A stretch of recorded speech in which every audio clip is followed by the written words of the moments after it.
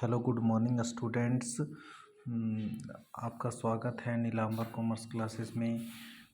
ये वीडियो आप लोग का Jharkhand board class 12 set 1 economics का है 2023 का। तो चलिए देखिए हम लोग सॉल्व करते हैं इसको, इस MCQ क्वेश्चंस को। देखिए क्वेश्चन नंबर वन है, अर्थव्यवस्था की किस समस्या का संबंध उत्पादन की तकनीक के चयन से है। Which problem of an economy is related to the choice of technology of productions. तो प्रॉब्लम्स की इसका क्या क्या प्रॉब्लम्स होता है, तो कैसे उत्पादन करें, हाउ टू प्रोड्यूस। देखिए नेक्स्ट क्वेश्चंस आपका क्वेश्चन नंबर 2। देखिए कुल उपयोगिता अधिकतम होती है जब सीमांत उपयोगिता का मान डॉट डॉट होता है। Total utility is maximum when the value of marginal utility is, तो क्या होता है, मार्जिनल यूटिलिटी इज 0 होता है। तो ये 2 नंबर का कितना आंसर होगा, ए नंबर। ठीक है। देखिए नेक्स्ट क्वेश्चन नंबर 3। सामान्यतः एक उदासीनता वक्र होता है, generally an indifference curve is. तो इंडिफरेंस कर्व आपका क्या होता है, मूल बिंदु की ओर उत्तल होता है, कन्वेक्स टू द ओरिजिन। तो आपका 3 का आंसर क्या होगा, सी नंबर होगा। ठीक है। देखिए नेक्स्ट 4 नंबर, सामान्यतः एक मांग वक्र की ढाल होती है, generally the slope of demand curve is. तो डिमांड कर्व का स्लोप कैसा होता है, आपका ऋणात्मक होता है। क्या होगा इसका, ऋणात्मक का मतलब आपका नेगेटिव होगा। ठीक है। तो इसका बी नंबर आंसर 4 का। देखिए नेक्स्ट क्वेश्चन 5 नंबर। देखिए 5 नंबर क्या बोल रहे हैं, एक सरल रेखा मांग वक्र के मध्य बिंदु पर मांग की कीमत लोच डॉट डॉट होती है। The price elasticity of demand at mid point of a straight line demand curve is. तो ये 5 का क्या होगा, 5 का देखिए तो 1 होता है। ठीक है। तो इसका कितना होगा, बी नंबर होगा। ठीक है। देखिए कितना होता है, 1 next question number 6। Which of the following curve is inverted U shaped. क्या होता है, यू शेप्ड कर्व, निम्न में से किस वक्र का आकार उल्टा यू आकार का होता है। तो ये एवरेज प्रोडक्ट का, औसत उत्पाद का क्या होता है, किसका होता है, औसत उत्पाद। डी नंबर 6 का क्या होगा, डी होगा। नेक्स्ट देखिए क्वेश्चन नंबर 7। चलिए उत्पादन फलन Q equal to A L alpha K beta में पैमाने का प्रतिफल की माप है। देखिए the measurement of returns to a scale in production functions Q equal to A L alpha K beta is, क्या होगा, देखिए 7 का आपका ए नंबर होगा, अल्फा प्लस बीटा। चलिए 7 नंबर, जब सीमांत, देखिए 7 नंबर, ठीक है, जब सीमांत लागत औसत लागत से कम होती है तब औसत लागत, when marginal cost is less than average cost then the average cost is, क्या होती है, घटती है, डिमिनिशेस। ठीक है, या डिमिनिश करेगा, घटेगा। ठीक है। देखिए तो 8 का कितना, ए नंबर। देखिए नेक्स्ट 9 नंबर क्वेश्चन। उत्पादन की मात्रा में परिवर्तन करने पर किस लागत में परिवर्तन नहीं होता है। Which cost does not change with the change in output. तो ये क्या होगा, ये आपका कुल कुल स्थिर लागत में, टोटल फिक्स्ड कॉस्ट में क्या होता है, कोई चेंजेस नहीं होता है। ठीक ना। तो इसका कितना नंबर, डी नंबर। ठीक है, डी होगा कितना का आपका 9 का डी नंबर आंसर होगा। ठीक है। देखिए 10 नंबर में, निम्नलिखित में से किस बाजार में एक फर्म कीमत स्वीकारक होता है। In which of the following market structure a firm is price taker. तो क्या होगा, प्राइस टेकर क्या होगा, संपूर्ण प्रतियोगिता में, परफेक्ट कंपटीशन में क्या होता है, प्राइस टेकर होता है। ठीक ना। क्या होता है, प्राइस टेकर मतलब कीमत स्वीकारक होता है परफेक्ट कंपटीशन में। तो 10 का सी होगा। ठीक ना। चलिए 11 नंबर, देखिए एक पूर्ण प्रतियोगी फर्म के संतुलन के लिए निम्न में से कौन सा विकल्प सही है? Which of the following option is correct for equilibrium of a firm in perfect competition? तो ये क्या होगा? M R equal to M C, ठीक ना। एम आर इक्वल टू क्या होगा? M C. तो 11 का ए नंबर। देखिए नेक्स्ट क्वेश्चन नंबर 12। देखिए क्वेश्चन नंबर 12, निम्नलिखित रेखा चित्र से पूर्ति की लोच के किस मान की माप होती है? Which value of elasticity of supply is measured by following diagram? क्या होगा इसमें? कौन सा होगा? देखिए इसका आपका डायग्राम क्या रिप्रेजेंट कर रहा है? लेस देन 1, ठीक ना। तो इसका 12 का बी नंबर। देखिए नेक्स्ट 13। देखिए इकमुश्त पर लगाने से किसी वस्तु की पूर्ति पर क्या प्रभाव होता है? What is the effect of lump sum tax on supply of A goods? तो क्या होगा? सप्लाई डिमिनिशेस करेगा, पूर्ति कम होती जाती है। पूर्ति क्या होती है? कम होती जाती है। 13 का क्या होगा? ए नंबर।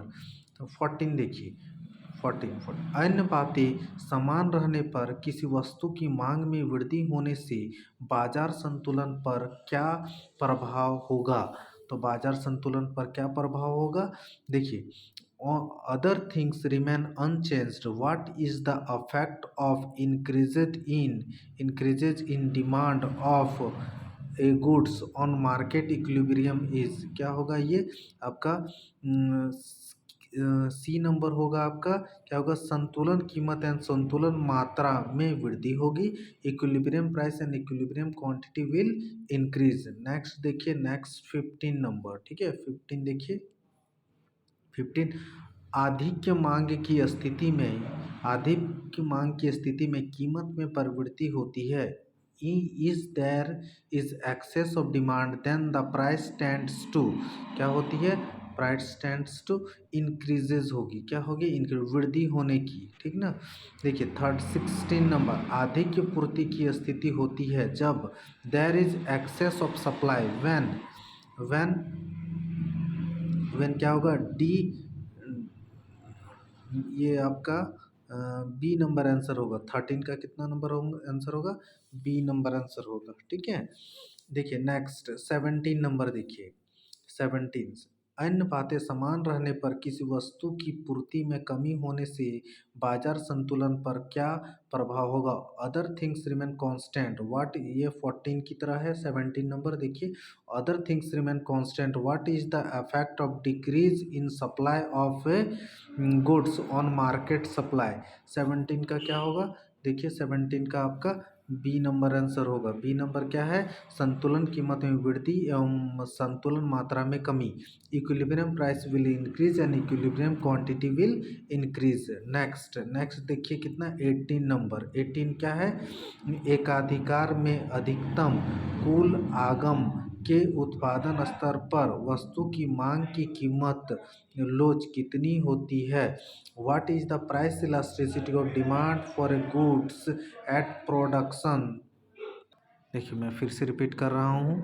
देखिए what is the price elasticity of demand for a goods at production level of maximum total revenue in monopoly? एकाधिकार में अधिकतम कुल आगम के उत्पादन स्तर पर वस्तु की मांग की कीमत लोच कितनी होती है? तो वस्तु की मांग की लोच कितनी होगी? आपका 1 होगी, ठीक है। तो इसका बी नंबर आंसर। देखिए 19, अब देखिए 19 नंबर। 19 बोल रहा है द्वाधिकार में विक्रेताओं की कितनी संख्या होगी? देखिए how many sellers are there in duopoly? Duopoly का मतलब टू का कितना होगा? 2।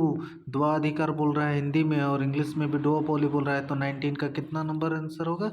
19 का डी होगा, 2, ठीक ना। देखिए 20, निम्न में किस बाजार में विभेदीकृत वस्तुओं का उत्पादन होता है? In which of the following market differentiated goods are produced? इन देखिए 20 का आपका क्या होगा, मोनोपोलिस्टिक कंपटीशन, एकाधिकार मार्केट में, कौन सा मार्केट में, एकाधिकार प्रतियोगिता में, सॉरी एकाधिकारिक एकाधिकृत प्रतियोगिता में, ठीक है। देखिए ये 21, द जनरल थ्योरी ऑफ इन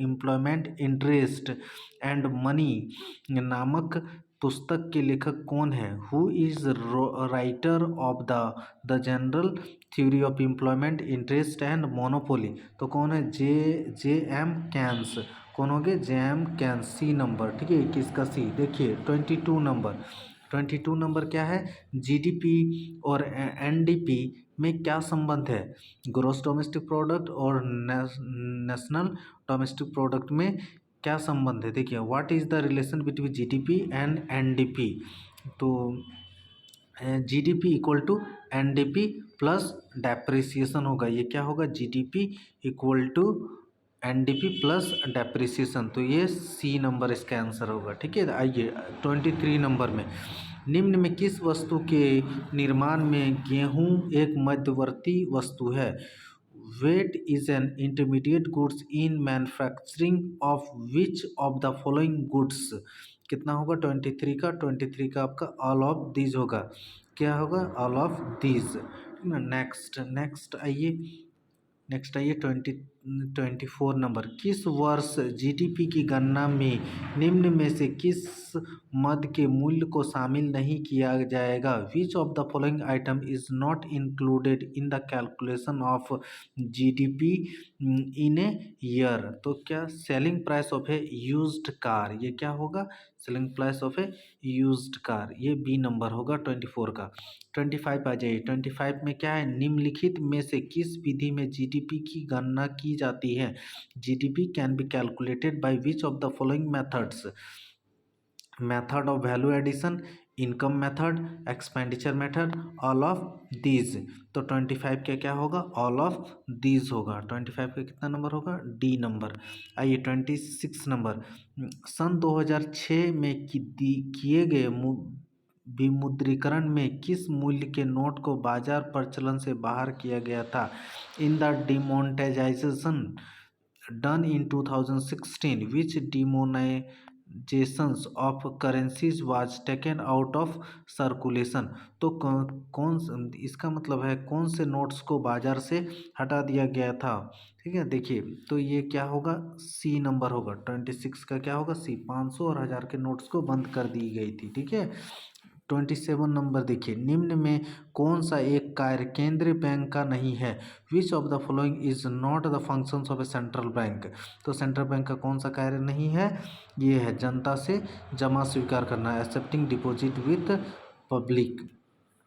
आइए नेक्स्ट आ जाइए, नेक्स्ट कितना नंबर, नेक्स्ट 28 नंबर, भारत का केंद्रीय बैंक है the central bank of India, तो सेंट्रल बैंक ऑफ इंडिया देखिए क्या है, रिजर्व बैंक ऑफ इंडिया होगा, क्या, आरबीआई, ठीक है, भारतीय रिजर्व बैंक। 29 नंबर देखिए, निम्नलिखित में सबसे तरल मुद्रा कौन सी है, which of the following is the most liquid money क्या होगा, ए नंबर होगा M1।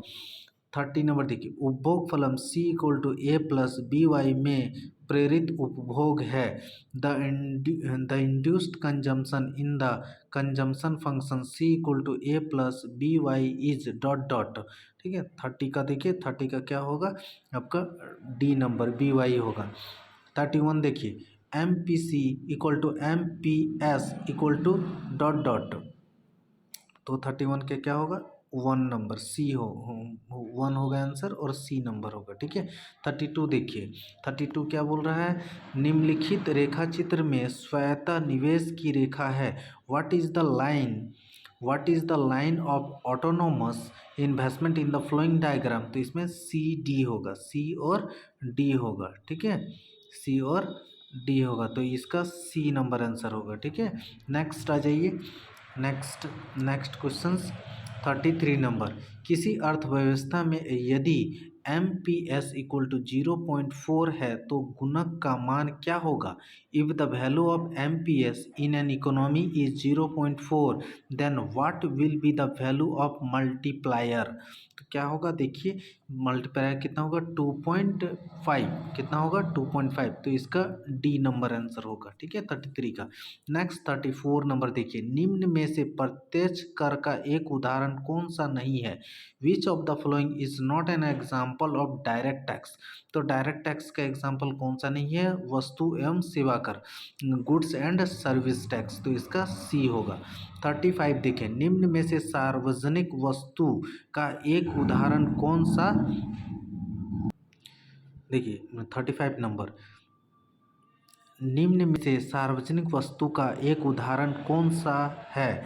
Which of the following is an example of public goods? तो पब्लिक गुड्स का एग्जाम्पल कौन सा है आपका? ये बी नंबर होगा, सड़क, रोड। भारत में जीएसटी कब लागू किया गया? When was the GST implemented in India? तो जीएसटी कब इम्प्लीमेंटेड किया गया? 2017 में, सी नंबर होगा। देखिए 37 नंबर क्या है? राजस्व व्यय एवं राजस्व प्राप्तियों के अंतर को क्या कहा जाता है? What is the difference between revenue expenditure and revenue receipt called? ये क्या कहा जाता है? राजस्व घाटा। क्या कहा जाता है? रेवेन्यू डिफिसिट कहा जाता है। तो 37 का डी नंबर आंसर। देखिए नेक्स्ट क्वेश्चन नंबर 38 देखिए, व्यापार संतुलन क्या है? What is the balance of what is the balance of trade? तो बैलेंस ऑफ ट्रेड आपका क्या कहलाएगा? बैलेंस ऑफ ट्रेड आपका difference between export and import. क्या कहलाएगा आपका? Difference between export and import. तो आपका बी नंबर आंसर होगा। देखिए 39 नंबर आ जाइए, यदि कोई भारतीय किसी चीनी मोबाइल कंपनी को खरीदता है तो इस लेन देन को भारत के भुगतान संतुलन में कहाँ दर्ज किया जाएगा? In an India by a Chinese mobile company, where will this transactions be where will these transactions be entered in India's balance of payment? तो देखिए इसको कहाँ दिखाया जाएगा? 39 का आपका C numbers, in debit of capital, कहाँ? पूंजी खाते के डेबिट मद में इसको क्या किया जाएगा? दिखाया जाएगा। आइए 40 नंबर क्वेश्चंस पे, निम्नलिखित में से कौन सा मद भुगतान संतुलन के चालू खाते का एक घटक है? Which of the following item is a component of current account of balance of payment? Current account of balance of payment. 40 number देखिए, 40 का कहाँ दिखाया जाएगा? वस्तुओं का निर्यात में, डी नंबर आंसर होगा। तो थैंक यू बच्चों, ठीक ना। मैं अपने नेक्स्ट वीडियो में इसके सब्जेक्टिव क्वेश्चंस का सॉल्यूशन अपलोड कर दूंगा जल्द से जल्द। Okay, thank you.